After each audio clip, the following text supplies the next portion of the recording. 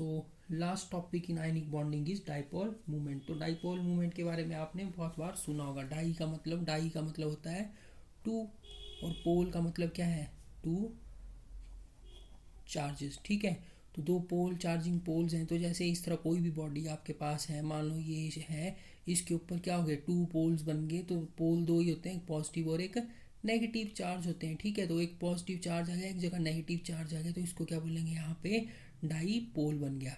ठीक है, तो डाई का मतलब टू और पोल का मतलब चार्ज। तो चार्ज मतलब सेपरेशन हो गई यहाँ पे।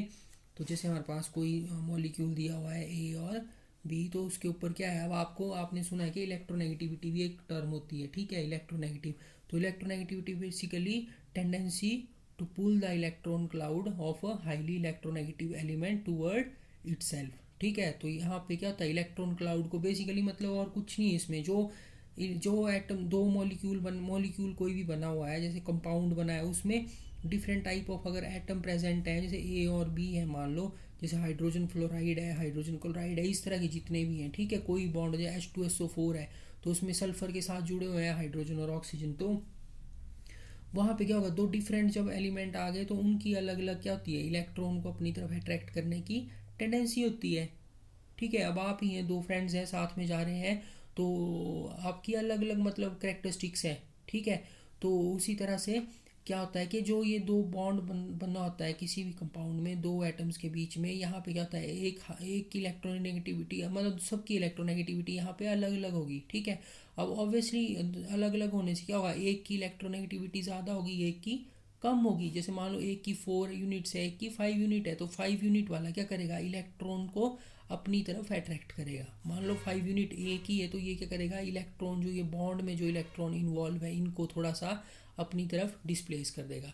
तो अपनी तरफ जब ये डिस्प्लेस करेगा, इनको अट्रैक्ट कर लेगा, तो उसके ऊपर क्या होगा, अब इलेक्ट्रॉन के ऊपर मैंने आपको बताया कि electron basically it is a negative charge.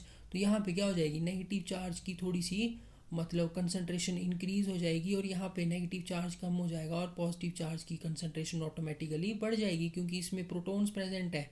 Proton यहाँ भी है, यहाँ भी है, पर इसने क्या किया, इलेक्ट्रॉन्स को थोड़ा सा अपनी तरफ पुल कर लिया। ठीक है, due to high electronegativity. So this is the electronegativity, और डाइपोल मूवमेंट इसी से जनरेट होता है।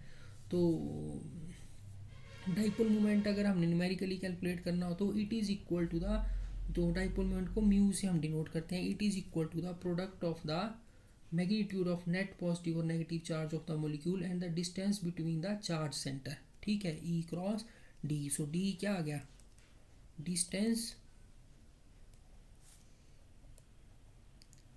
Between charge centres. ठीक है, तो ये दो यहाँ पे इनके बीच में जो डिस्टेंस है उसको डिस्टेंस बोलेंगे बिटवीन चार्ज सेंटर। और ई क्या होता है, E is the magnitude of net positive और नेगेटिव चार्ज। तो ई का मतलब क्या है कि कितना इसके ऊपर चार्ज है। ठीक है, तो वो हमें दिया होता है वहाँ पे वैल्यू, और डिस्टेंस भी दिया होता है, तो उसको जो हम मल्टीप्लाई करते हैं तो हमारे पास क्या आ जाता है, डाइपोल मूवमेंट। ठीक है, तो इसके लिए ये एक चीज़ है डाइपोल मूवमेंट। ठीक है, तो अब हम अगर एग्जांपल देखना हो तो जैसे वाटर का मॉलिक्यूल है, तो आपको पता है इसकी शेप क्या होती है, वी शेप होता है, ये HO, तो इसके ऊपर दो लोन पेयर ऑफ इलेक्ट्रॉन भी होते हैं। अब यहाँ पे ऑक्सीजन और पीरियोडिक टेबल में दी होती है इलेक्ट्रोनेगेटिविटी की वैल्यू, तो यहाँ पे क्या होता है, स्लाइटली नेगेटिव चार्ज होता है। तो ये इलेक्ट्रॉन्स को अपनी तरफ इस तरह से शो करते हैं हम कि इसने ऑक्सीजन ने इलेक्ट्रॉन्स अपनी तरफ क्या कर लिए हैं, अट्रैक्ट कर लिए हैं।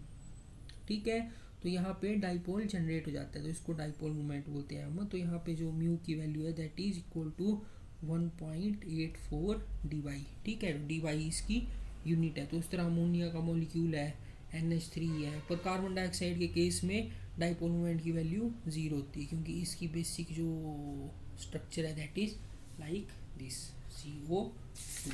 ठीक है, तो नेक्स्ट है आयनिक character in covalent compounds, percentage ionic character and dipole movement. ठीक है, तो डाइपोल मूवमेंट से हमने किस तरह से कैलकुलेट करना है परसेंटेज आयनिक करेक्टर। ठीक है, तो उसके लिए हमारे पास मतलब मेथड क्या है बेसिकली, तो मेथड ये है, percent ionic character is equal to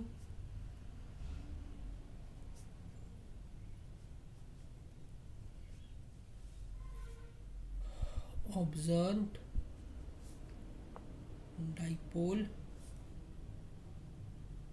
moment divided bye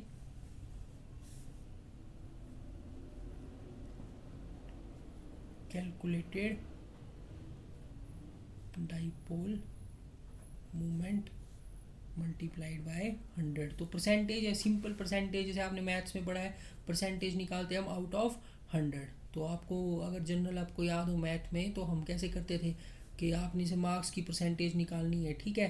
तो 700 आउट ऑफ 700 आपके मार्क्स आए 500, तो आउट ऑफ 1 आए 500 ऑब्लिक 700, और आउट ऑफ 100 परसेंटेज निकालनी होती है हमने, तो हम क्या करते हैं 500 ऑब्लिक 700 मल्टीप्लाइड बाय 100। तो इस तरह यहाँ पे क्या किया, पहले आपने ऑब्जर्व निकाला, फिर कैलकुलेटेड से डिवाइड किया, मल्टीप्लाइड बाय 100 किया। सो आपके पास दी होती है ये सारी वैल्यूज़, तो आप कैलकुलेट कर सकते हैं, ठीक है।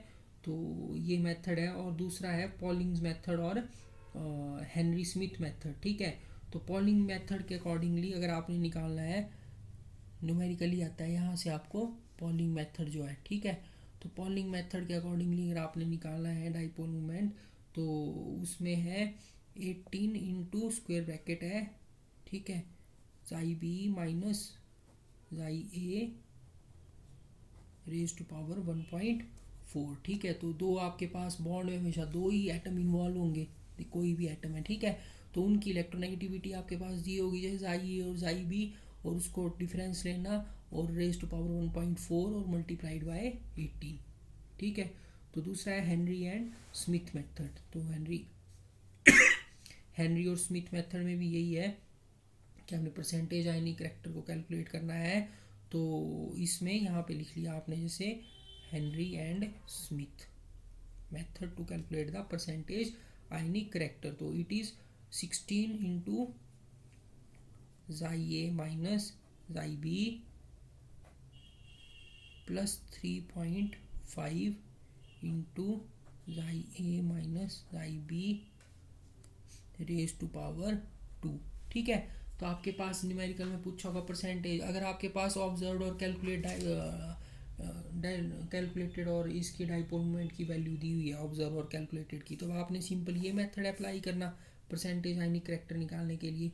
और अगर आपके पास इलेक्ट्रोनेगेटिविटी डिफरेंस दिया हुआ है, तो आपने सिंपली पॉलिंग मेथड या हेनरी स्मिथ मेथड से, अगर आपका ज़्यादा मार्क्स का क्वेश्चन है, मान लो 4-5 मार्क्स का है, तो आपने निकालना कि as per Pauling method the value of percentage ionic character is given by this formula and applying this formula, आपने यहाँ पे वैल्यू पुट की दोनों जाई ए और जाई बी की, तो आपने लिख लिया उसको परसेंटेज आयनिक करैक्टर को, और उसके बाद है since with the help it can be calculated with the help of, it can also be calculated with the help of Henry and Smith method. तो यहाँ पे आपने Henry and Smith method apply कर दिया, तो यहाँ से भी आप बहुत ही इजीली क्या कर सकते हो, इसको कैलकुलेट कर सकते हो, ठीक है। तो दिस इज़ वेरी इजी, और इसके न्यूमेरिकल आपने सॉल्व कर लेने हैं, बुक में दिए हुए हैं, तो वहाँ से, ठीक है, तो कैलकुलेट कर लेना है।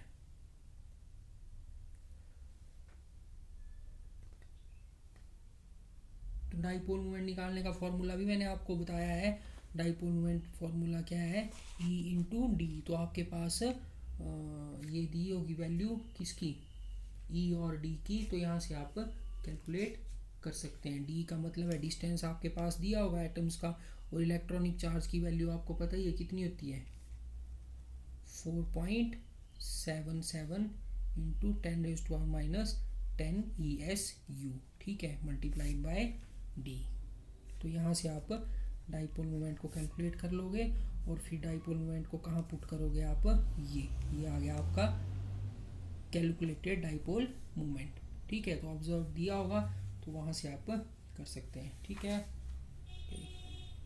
तो ये आपका चैप्टर यहाँ पे आयनिक बॉन्डिंग का चैप्टर जो है वो ख़त्म हो गया है ना। तो नेक्स्ट टाइम हम करेंगे कोवलेंट बॉन्ड। तो आपने जितनी बार आप चाहें इस लेक्चर को, या ये कोई भी आपको जो यूट्यूब के लेक्चर डाले हैं, तो उसको आप रिपीट करके सुन सकते हो। आपको कहीं समझ नहीं आया है, कुछ देखना है आपने फिर से कि यहाँ पे क्या बोला, और तो ये आपके लिए फ़ायदा है इसका यूट्यूब लेक्चर का।